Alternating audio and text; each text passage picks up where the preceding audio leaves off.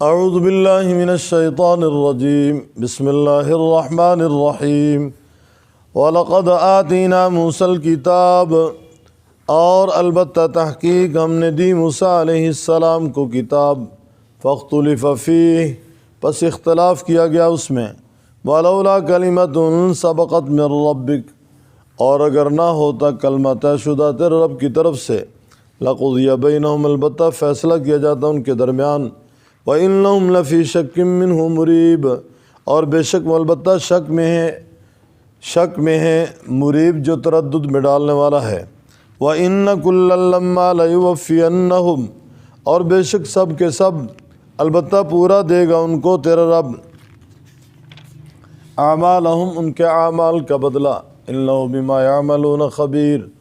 بے شک وہ جو کرتے ہیں اس سے وہ خبردار ہے فاستقم کما امرت ومن تاب معک پس قائم رہیں آپ اور جیسا کہ آپ کو حکم دیا گیا ومن تاب اور وہ جس نے توبہ کی آپ کے ساتھ یعنی جس نے رجوع کیا معکا آپ کی معیت میں ولا تطغوا اور نہ زیادتی کرو انہ بما تعملون بصیر بے شک وہ جو تم کرتے ہو دیکھنے والا ہے ولا ترکنوا الی الذین ظلموا اور نہ جھکو ان لوگوں کی طرف جنہوں نے ظلم کیا فتمسکم النار پس پہنچے گی تمہیں آگ وما لکم من دون اللہ نہیں ہے واسطے تمہارے سوا اللہ تعالیٰ کے من اولیاء کوئی دوست ثم لا تنصرون پھر تمہاری مدد نہیں کی جائے گی واقم الصلاۃ اور قائم کر نماز طرفی النہار دن کے اطراف میں وزلفا من اللیل اور رات کے حصہ میں ان الحسنات یذہبن السیئات بے شک نیکیاں لے جاتی ہیں برائیوں کو ذالک ذکریٰ للذاکرین یہ نصیحت ہے واسطے ذاکرین کے واصبر اور صبر کر فإن اللہ لا یضیع اجر المحسنین بے شک اللہ تعالیٰ نہیں ضائع کرتا اجر محسنین کا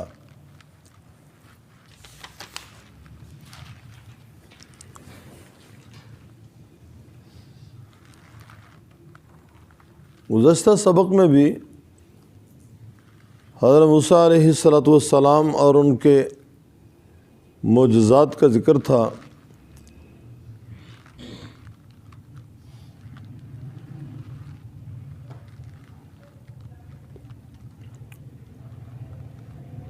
آج کی زیر سبق آیات میں بھی موسیٰ علیہ السلام پہ اترنے والی کتاب کا ذکر ہے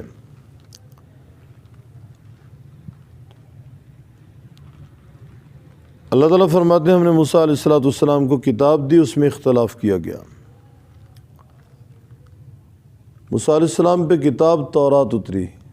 عبرانی زبان میں تھی آسمانی کتابوں میں پہلی کتاب ہے اور تختیوں کی شکل میں آئی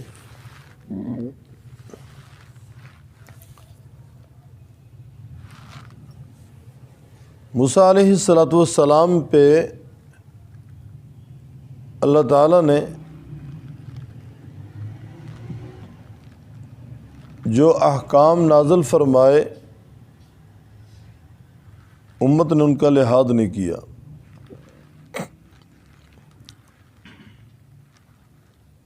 الٹا کہنے لگے کہ لائیں وہ عذاب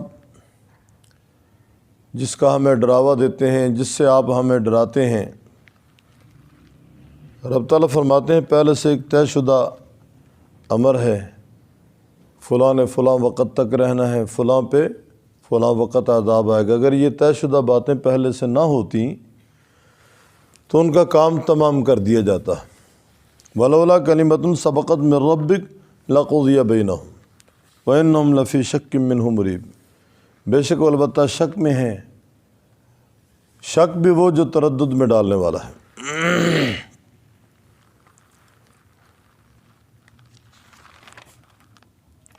رب تعالیٰ فرما رہے ہیں وَإِنَّ كُلًّا لَمَّا لَيُوَفِّيَنَّهُمْ رَبُّكَ بے شک سب کے سب البتہ پورا دے گا ان کو تیرا رب ان کے اعمال کا بدلہ بے شک وہ خبردار ہیں ان کے ایک ایک عمل سے جو وہ کر رہے آگے فاستقم میں خطاب امام الانبیاء صلی اللہ علیہ وسلم کو ہے سمجھانا پوری امت کو ہے کہ آپ قائم رہیں کما امرتا جیسا کہ آپ کو حکم دیا گیا اور وہ جنہوں نے توبہ کی ماں کا آپ کی معیت میں آپ کے ساتھ۔ ولا تطغوا، فرمایا اور نہ زیادتی کرو۔ پیغمبر کی وساطت سے پوری امت کو یہ سبق سنایا، انہ بما تعملون بصیر، جو تم کرتے ہو وہ دیکھنے والا ہے۔ گزشتہ سبق میں آپ نے سنا صحابہ کرام نے آپ صلی اللہ علیہ وسلم سے کہا، اللہ کے رسول کمزور ہو گئے، آپ بوڑھے ہو گئے۔ آپ نے فرمایا شیبتنی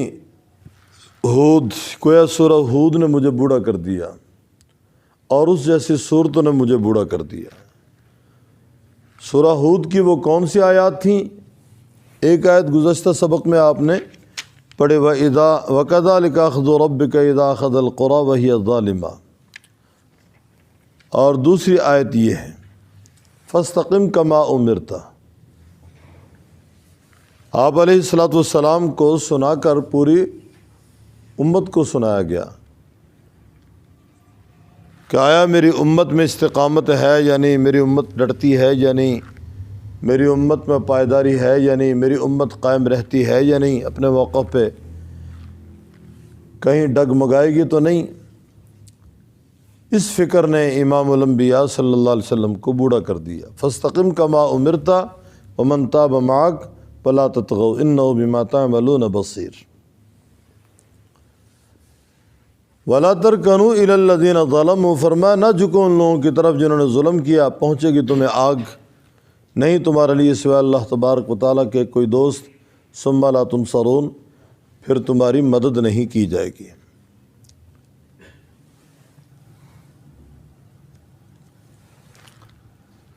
نہ ظالم بنو، نہ ظالموں کا ساتھ دو۔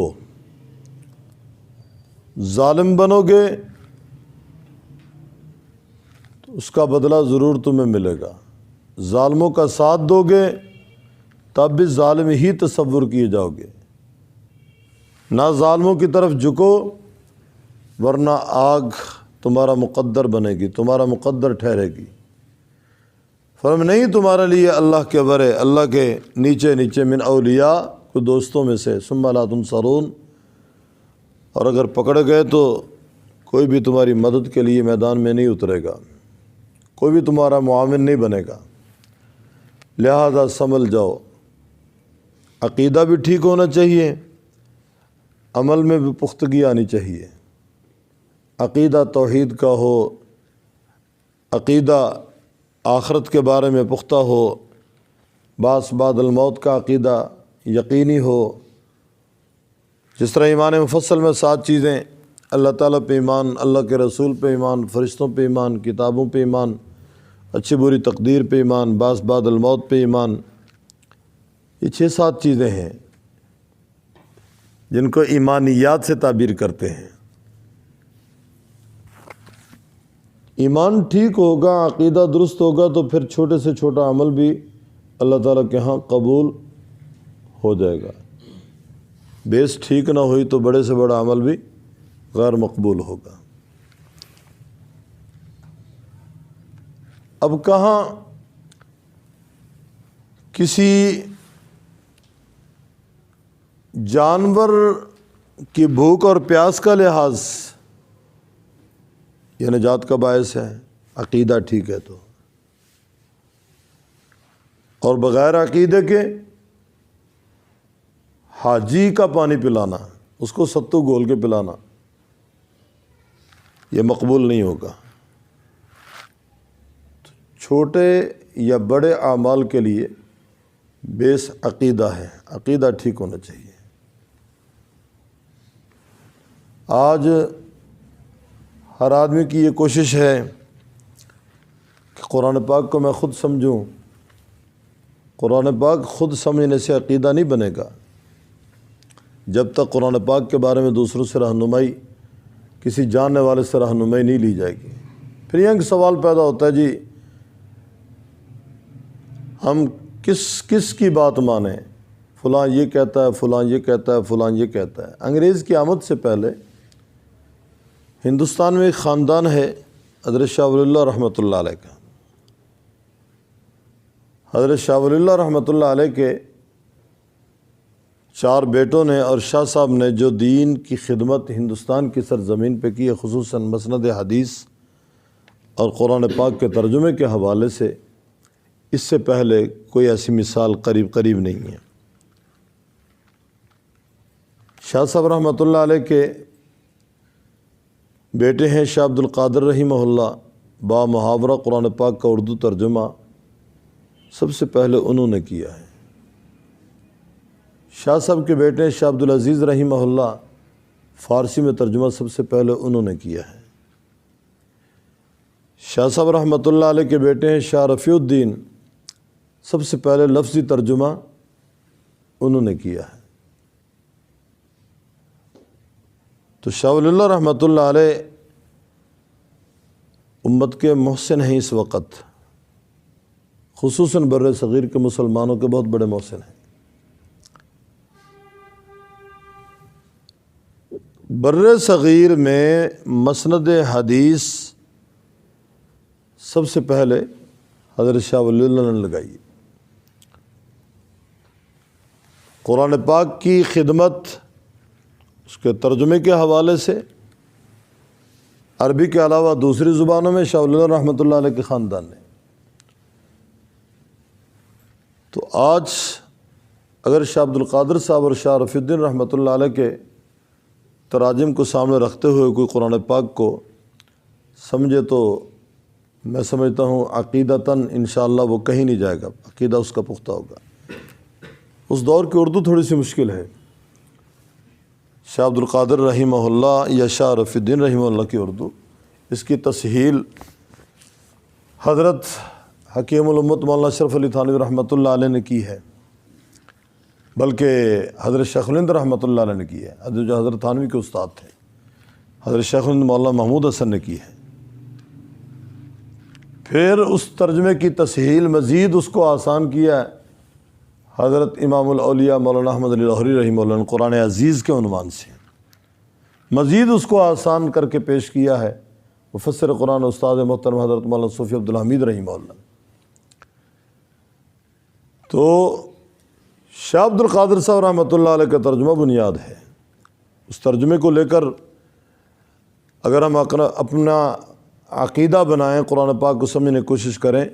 تو انشاءاللہ گمراہی قریب نہیں آ سکتی۔ ہمارے شیخ رحمہ اللہ فرمایا کرتے تھے لفظی ترجمہ قرآن پاک کا پڑھنے کے بعد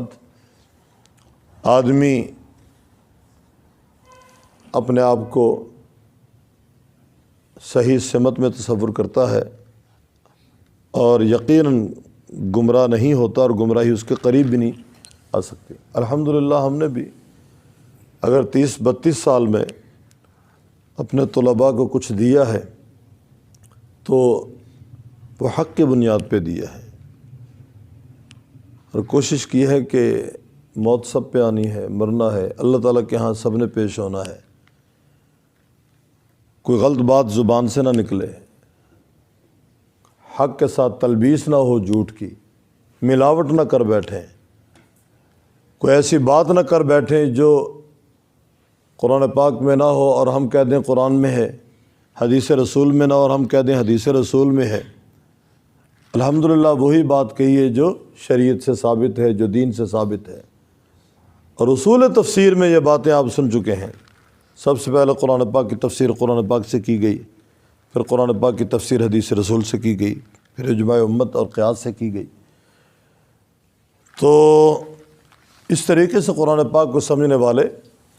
عقیدہ بھی ٹھیک رکھتے ہیں اور ان کے اعمال کو بھی رخ ٹھیک ملتا ہے۔ واقعی الصلاۃ، فرمایا نماز قائم کرو طرفی النہار، دن کے اطراف میں، نماز فجر، نماز ظہر، نماز ظہر اثر دونوں آ گئی ہیں، ادھر فجر ادھر ظہر اثر۔ وَزُلَفًا مِّنَ اللَّيْلِ، نماز مغرب اور نماز عشاء۔ ان الحسنات یذہبن السیئات، بھلائیاں برائیوں کو لے جاتی ہیں، نیکیاں برائیوں کو مٹا دیتی ہیں۔ اس کی واضح مثال ہے، آپ لوگ جب اپنے گھر سے یہاں چل کے آتے ہیں نا تو ہر قدم پہ اللہ تعالیٰ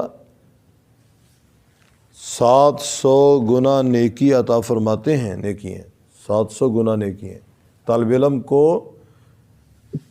گویا کہ اللہ تعالیٰ اس قدر نواز رہے ہیں نمازی نماز کے لیے آتے ہیں تو ہر قدم پہ 10 نیکی ہیں، اور جب طالب علم گھر سے چل کر مسجد میں آئے گا، مدرسے میں آئے گا، مکتب میں آئے گا حصول علم کے لیے، اور نماز بھی باجماعت ہو جائے گی اور اس کا سبق بھی ہو جائے گا، تو بجائے 10 نیکیوں کے 700 نیکی ملیں گی ایک ایک قدم پہ، اور ساتھ اس کے گناہ بھی معاف ہوں گے اور درجے بھی بلند ہوں گے۔ اب وضو سے صغیرہ گناہ معاف ہو رہے ہیں، وضو کرنے سے صغیرہ گناہ معاف ہو رہے ہیں۔ جو ہی ہم چہرہ دھوتے ہیں صغیرہ گناہ معاف، ہاتھ دھوتے ہیں صغیرہ گناہ معاف، مسح کرتے ہیں صغیرہ گناہ معاف، پاؤں دھوتے ہیں صغیرہ گناہ معاف۔ تو بہت ساری نیکیاں برائیوں کو مٹا دیتی ہیں۔ اس طرح نیکی کرنے سے یقیناً برائی مٹے گی۔ ان الحسنات یذہبن السیئات ذلک ذکریٰ للذاکرین، فرمایا یہ نصیحت ہے واسطے ذاکرین کے۔ واصبر، خطاب پیغمبر کو ہے، یہاں بھی سمجھانا پوری امت کو، آپ صبر کریں، اللہ تعالیٰ نہیں ضائع کرتا اجر محسنین کا۔ وَلَقَدْ آتَيْنَا مُوسَى الْكِتَابَ، اور البتہ تحقیق ہم نے موسیٰ علیہ السلام کو کتاب دی، فَاخْتُلِفَ فِيهِ، پس اختلاف کیا گیا اس میں، وَلَوْلَا كَلِمَةٌ، اگر نہ ہوتی طے شدہ بات، من ربک، آپ کے رب کی طرف سے، لَقُضِیَ بَيْنَهُمْ، البتہ فیصلہ کیا جاتا ان کے درمیان، وَإِنَّهُمْ لَفِي شَكٍّ مِّنْهُ مُرِیب، اور بے شک البتہ شک میں ہے جو تردد میں ڈالنے والا ہے۔ وَإِنَّ كُلًّا لَمَّا لَيُوَفِّيَنَّهُمْ رَبُّكَ، اور بے شک سب کے سب البتہ پورا دے گا ان کو تیرا رب ان کے اعمال، یعنی ان کے اعمال کا بدلہ، اِنَّهُ بِمَا يَعْمَلُونَ خبیر، بے شک وہ ان کے اعمال سے خبردار ہے، ایک ایک عمل کی اسے خبر ہے۔ فاستقم، خطاب پیغمبر کو، سمجھانا پوری امت کو، پس قائم رہیں آپ، کما امرت، جیسا کہ آپ کو حکم دیا گیا، ومن تاب، اور وہ جس نے توبہ کی، معاکا، گویا آپ کی معیت میں، ولا تطغوا، اور نہ زیادتی کرو، انہ بما تعملون بصیر، بے شک وہ جو تم کرتے ہو بصیر، دیکھنے والا ہے۔ ولا ترکنوا الی الذین، اور نہ جھکو ان لوگوں کی طرف جنہوں نے ظلم کیا، فتمسکم النار، پس پہنچے گی تمہیں آگ، وما لکم من دون اللہ، نہیں واسطے تمہارے سوا اللہ تعالیٰ کے، من اولیاء، کوئی دوست، ثم لا تنصرون، پھر تمہاری مدد نہیں کی جائے گی۔ واقیم الصلاۃ، اور قائم کر نماز، طرفی النہار، دن کے اطراف میں، وزلفا من اللیل، اور رات کی گھڑیوں میں۔ ان الحسنات یذہبن السیئات، بے شک نیکیاں لے جاتی ہیں برائیوں کو، ذالک ذکریٰ للذاکرین، بے شک یہ نصیحت ہے واسطے ذاکرین کے۔ واصبر، اور آپ صبر کریں، فإن اللہ لا یضیع اجر المحسنین، بے شک اللہ تعالیٰ نہیں ضائع کرتا اجر محسنین کا۔